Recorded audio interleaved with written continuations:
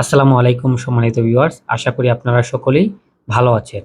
আপনাদের সামনে আবারও চলে আসার একটা বিশেষ কারণ আছে। তো যেই কারণে আমি আসছি সেটা হচ্ছে ক্রোয়েশিয়ার ওয়ার্ক পারমিট ভিসা নিয়ে। কারণ আপনারা সকলেই জানেন বর্তমানে ক্রোয়েশিয়ার যে ওয়ার্ক পারমিট ভিসা রয়েছে, ইন্ডিয়ার নয়াদিল্লিতে গিয়ে কিন্তু ভিসাটি নিশ্চিত করতে হয় আপনার ইন্টারভিউর মাধ্যমে। তো এই বিষয়ে হচ্ছে আমি আপনাদের সাথে কথা বলব। কারণ ইদানিং আমি দেখছি যে ক্রোয়েশিয়ার ওয়ার্ক পারমিট ভিসা নিয়ে বিভিন্ন রকম মানুষ কথা বলছে বা মাতামাতি করছে।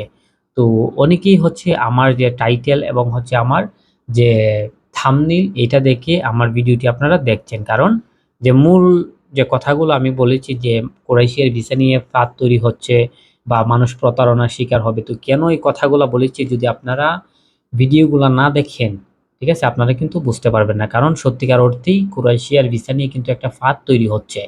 তো আপনারা যদি প্রপারলি ভাবে ভিডিওটা না দেখেন শুরু থেকে শেষ পর্যন্ত তাহলে কিন্তু আপনারা বুঝতে পারবেন না এবং আপনারাও কিন্তু এই ধরনের ফাঁদে পা দিবেন এবং একদম নিঃস্ব হয়ে যাবেন। তো আপনারা যেন নিঃস্ব না হয়ে যান, আপনারা যেন সেফ থাকেন এজন্যই কিন্তু আজকের এই ভিডিওটি। তো চলুন আর কথা বাড়াবো না, চলে যাচ্ছি আমি আমার মূল ভিডিওতে। তবে মূল ভিডিওতে যাওয়ার আগে আপনাদের উদ্দেশ্যে একটাই কথা, সেটা হচ্ছে যারা এখন পর্যন্ত চ্যানেলটি সাবস্ক্রাইব করেনি অবশ্যই চ্যানেলটি সাবস্ক্রাইব করে পাশে থাকা বেল আইকনটি বাজিয়ে দিবেন পরবর্তী আপডেট ভিডিওটা পাওয়ার জন্য। তো আপনাদের সাথে কথা হচ্ছিল ক্রোয়েশিয়ার ওয়ার্ক পারমিট ভিসা নিয়ে। আপনারা সবাই জানেন রিসেন্ট আমি এর আগে যে ভিডিওটি আপলোড করেছিলাম সেটাও কিন্তু ক্রোয়েশিয়ার ওয়ার্ক পারমিট ভিসা নিয়েই ছিল। সেখানে আমি উল্লেখ করে দিয়েছিলাম যে আপনার অল্প সময়ের মধ্যে, দ্রুত সময়ের মধ্যে এবং হচ্ছে 100% ভাবে ক্রোয়েশিয়ার ভিসা আপনি পাবেন। এবং সেটা হচ্ছে ইন্ডিয়াতে যাবেন কিন্তু ইন্ডিয়ার সমস্ত খরচ হচ্ছে আমি নিজে বহন করব। আপনাকে একটা টাকাও দিতে হবে না। সম্পূর্ণ টাকা হচ্ছে আমাদের এজেন্সি বহন করবে। যদি আপনার ভিসা না হয় আপনাকে কোনো টাকা দিতে হবে না। আর আপনি আমাদেরকে যে টাকা দিবেন তার সম্পূর্ণ টাকাই হচ্ছে আপনি ফেরত পেয়ে যাবেন। তো তাদের জন্যই হচ্ছে এই সবকিছুর জন্যই আজকের আমার ভিডিওটা। আপনারা আশা করি ভিডিওটা দেখবেন একদম মনোযোগ এবং গুরুত্ব সহকারে। তো যাই হোক, এই ভিডিওটা আমি আপলোড করার পরে অনেক ভাই আমার কাছে কমেন্ট করেছেন বা অনেকেই কল করেছেন যাওয়ার জন্য।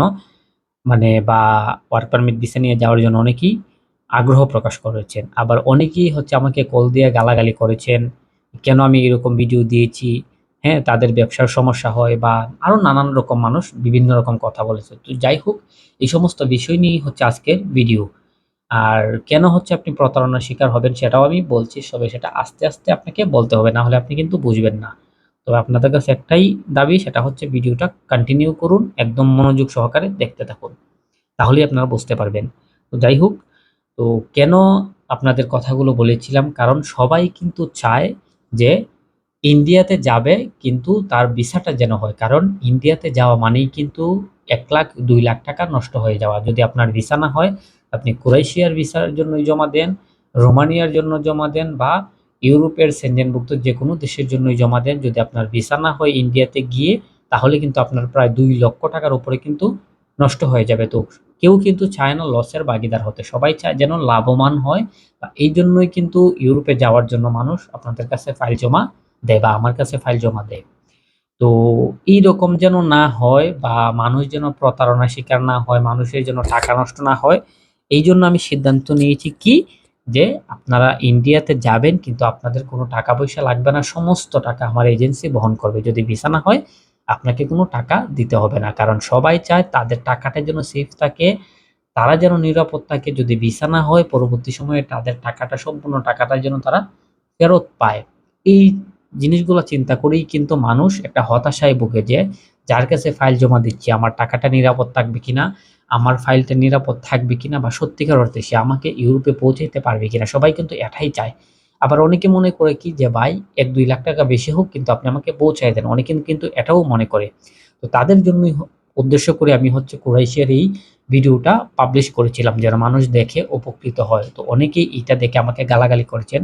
কেন গালাগালি করেছেন জানেন? কারণ অন্যান্য যারা এজেন্সি রয়েছে তাদের মানে যে গোপন কথা সেটা আমি প্রকাশ করে দিয়েছি। কারণ আপনার আমি যে মানুষকে বলেছি যে ইন্ডিয়াতে যাতায়াত খরচ আমিই দিব, আপনার কোনো টাকা পয়সা দিতে হবে না। এই যে কথাগুলা বলেছি মানুষ আমাকে বিশ্বাস করছে, আমার কাছে ফাইল দিচ্ছে।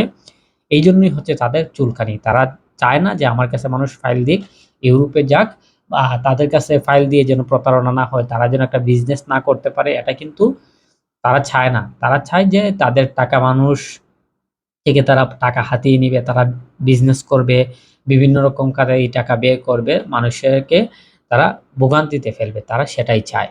তো সত্যিকার অর্থে কেউ কিন্তু ভালো চায় না। এজন্যই হচ্ছে আমাকে গালাগালি করে।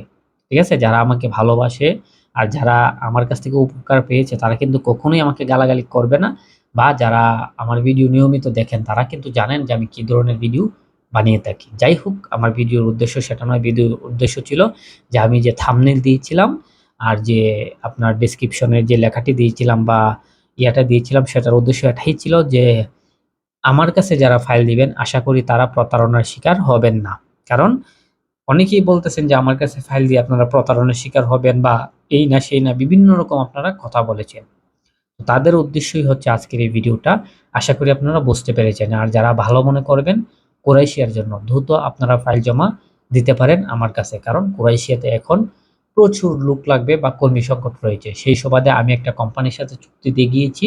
ভিসা হবে 100%, এই জন্যই আমি আপনাদের ভিডিওটা পাবলিশ করেছি। তো যারা ভালো মনে করবেন তারা অবশ্যই আমার কাছে ফাইল জমা করতে পারবেন। এই ছিল কুরাইশি নিয়ে আজকের ভিডিও। আশা করি সবাই বুঝতে পেরেছেন।